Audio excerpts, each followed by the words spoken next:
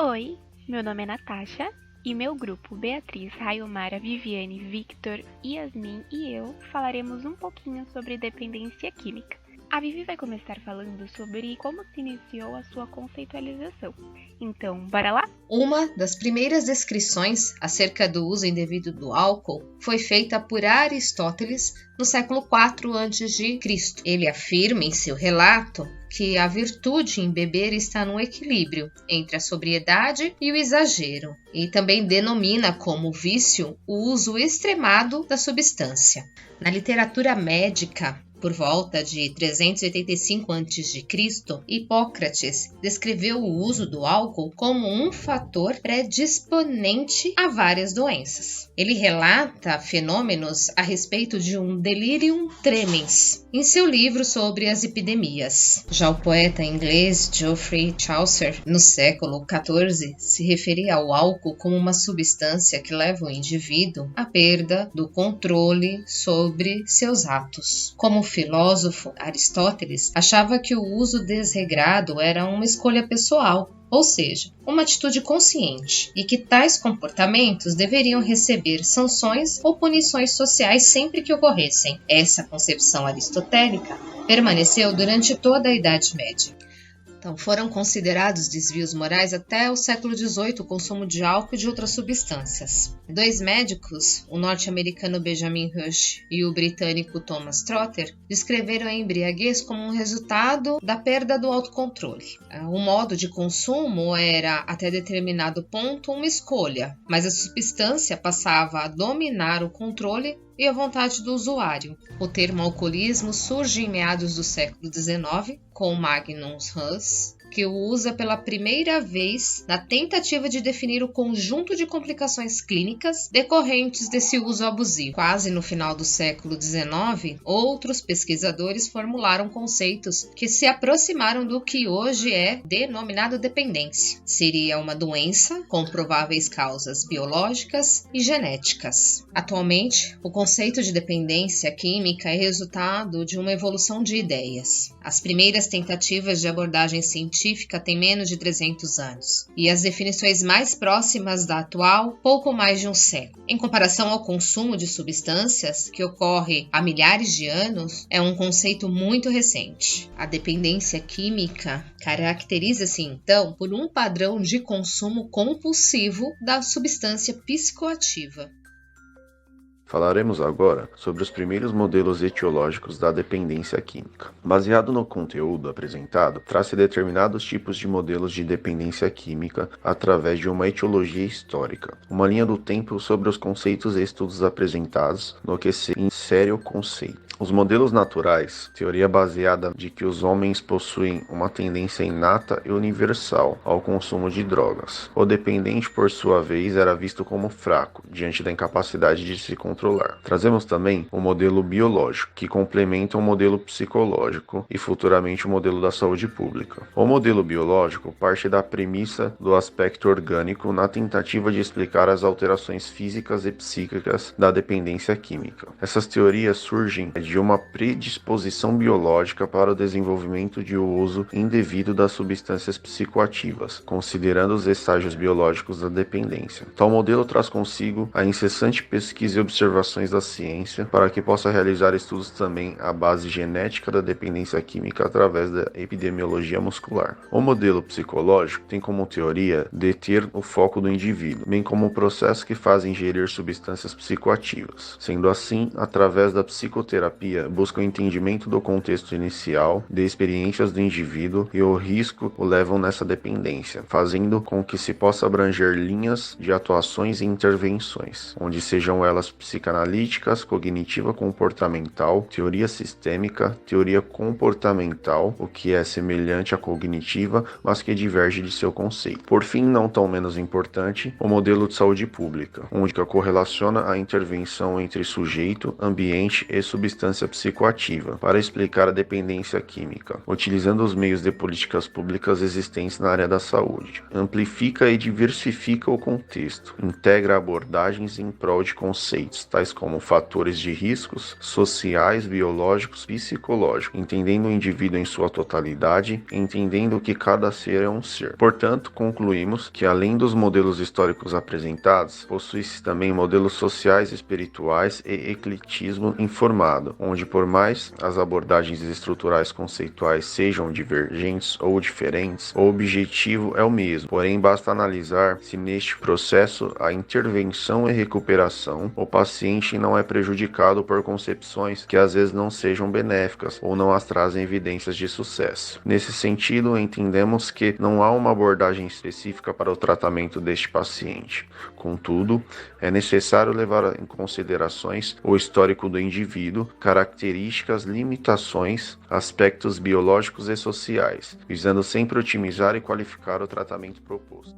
Olá, agora eu vou citar conceitos sobre o consumo de substâncias psicoativas. Primeiro, vamos começar pela definição da droga. Atualmente, a palavra droga, segundo a Organização Mundial de Saúde, se refere a toda substância que, seja pela sua natureza química, tenha a propriedade de afetar a estrutura e produzir alterações no funcionamento do organismo. As drogas, após utilizadas, podem causar modificações no estado mental. Essas drogas são chamadas de drogas psicotrópicas. O termo psicotrópico é formado por duas palavras, seja psico e trópico. Psico está relacionado ao psiquismo, que envolve as funções do sistema nervoso, e o trópico significa em direção a. Então, drogas psicotrópicas, portanto, são aquelas que atuam sobre o cérebro, alterando de alguma forma o nosso psiquismo. Por essa razão, são também conhecidas como substâncias psicoativas. É importante ressaltarmos que nem todas as substâncias psicoativas têm a capacidade de provocar uma dependência, e que em muitas ocasiões elas são usadas a fim de produzir efeitos benéficos, como o tratamento de doenças, sendo consideradas assim até mesmo medicamentos. Agora,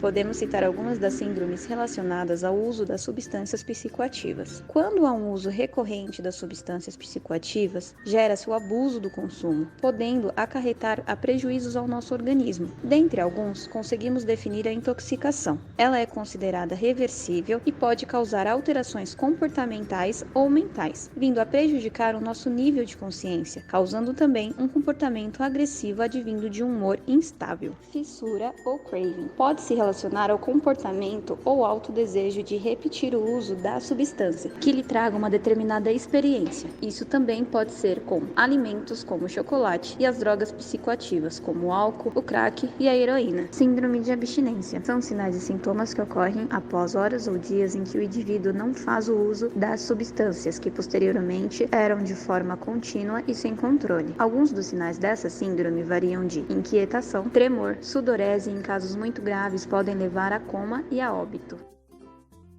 Agora nós vamos falar sobre os critérios para diagnóstico de dependência química. Atualmente temos duas ferramentas utilizadas internacionalmente para o diagnóstico de transtornos psiquiátricos, sendo elas o CID-10 da OMS e o DSM-5 da APA. Segundo o CID-10, um diagnóstico definitivo de dependência química exige a presença de 3 ou mais sintomas por um período igual ou maior a 12 meses, sendo eles um forte desejo ou senso de compulsão para consumir a substância, dificuldades em controlar o comportamento de consumir a substância em termos de seu início, término e níveis de consumo, um estado de abstinência fisiológico quando o uso da substância cessou ou foi reduzido, como evidenciado por síndrome de abstinência para a substância ou uso da mesma substância, com a intenção de aliviar ou evitar os sintomas de abstinência, evidência de tolerância de tal forma que doses crescentes da substância psicoativa são requeridas para alcançar efeitos originalmente produzidos por doses mais baixas, abandono progressivo de prazeres e interesses alternativos em favor do uso da substância psicoativa, aumento da quantidade de tempo necessária para se recuperar de seus efeitos, persistência no uso de substância a despeito da evidência clara de consequências manifestamente nocivas. Deve-se fazer esforços claros para determinar se o usuário estava realmente consciente na natureza e extensão do dano. Agora, segundo o DSM-5, o uso excessivo de substância podendo levar a prejuízo ou sofrimento clinicamente significativo, ocorrendo a qualquer momento no mesmo período de 12 meses, manifestado por 2 ou mais dos seguintes critérios. 1. A substância é frequentemente consumida em maiores quantidades ou por um período mais longo do que o pretendido. 2. Existe um desejo persistente ou esforços mal-sucedidos no sentido de reduzir ou controlar o uso da substância. 3. Muito tempo é gasto em atividades necessárias para a obtenção da substância, na utilização ou na recuperação de seus efeitos. 4. Fissura, desejo intenso ou urgência em consumir a substância. 5. Uso recorrente da substância resultando em fracasso para cumprir obrigações importantes relativas a seu papel no trabalho, na escola ou em casa. 6. O uso da substância continua, apesar de problemas sociais ou interpessoais persistentes ou recorrentes causados ou exacerbados pelos seus efeitos. 7. Importantes atividades sociais, ocupacionais ou recreativas são abandonadas ou reduzidas em virtude do uso da substância. 8. O uso recorrente da substância em situações nas quais isto representa perigo físico. 9. O uso da substância continua, apesar da consciência de ter um problema físico ou psicológico persistente ou recorrente que tende a ser causado ou exacerbado pelo uso. 10. Tolerância definida por qualquer um dos seguintes aspectos: a. Necessidade de quantidades progressivamente maiores da substância para adquirir a intoxicação ou efeito desejado. B. Acentuada redução do efeito com o uso continuado da mesma quantidade da substância. 11. Abstinência manifestada por qualquer dos seguintes aspectos: a. Síndrome de abstinência característica para a substância. E B. A substância é consumida para aliviar ou evitar sintomas de abstinência. A classificação da gravidade do transtorno baseia-se na quantidade dos critérios mencionados, preenchidos pelo indivíduo. É considerada leve a presença de 2 a 3 sintomas, moderada a presença de 4 a 5 sintomas e grave a presença de 6 ou mais sintomas. Agora iremos falar sobre a classificação das drogas específicas de uso e dependência. As drogas de abuso e dependência podem ser classificadas de diversas maneiras, entre elas, segundo o seu potencial de uso nocivo, sua utilidade clínica, seu status, ou seja, se ela é lícita ou ilícita, sua origem, isto é, natural, semissintética ou sintética, e pelo efeito proporcionado por eles, que é o tipo de classificação dos psicotrópicos mais utilizada e adotada para esta pesquisa. Nesse tipo de classificação, é considerado o efeito predominante de cada substância psicoativa no organismo. Por exemplo, no início de sua ação, o álcool possui efeito excitatório, mas é classificado como um depressor do sistema nervoso central porque este é seu efeito predominante. Elas são divididas em substâncias depressoras do sistema nervoso central, substâncias estimulantes do sistema nervoso central e substâncias perturbadoras do sistema nervoso central. Vamos começar falando das substâncias depressoras do sistema nervoso central. São aquelas que diminuem o funcionamento do SNC, deixando o seu funcionamento mais lento. Como efeito, podem causar sonolência, concentração diminuída, lentidão motora, diminuição dos reflexos e sensações de relaxamento e tranquilidade. Algumas dessas substâncias são os benzodiazepínicos, o álcool, inalantes ou solventes, ansiolíticos, barbitúricos e opiáceos. Já as substâncias estimulantes do sistema nervoso central causam a aceleração da atividade psicomotora, aumentando o estado de alerta, o poder de concentração, a sensação de euforia e provoca irritabilidade, diminuindo o sono e o apetite. Alguns representantes dessa classe são cocaína, crack, tabaco e anfetamina. Por fim, as substâncias perturbadoras do sistema nervoso central são as que provocam perturbação da atividade cerebral, o que gera quadros psicóticos, como delírios, alucinações, onde as mais comuns são de natureza visual e perda de noção de realidade. Fazem parte dessa classe de substâncias a cannabis, ou normalmente conhecida como maconha, o LSD e o êxtase.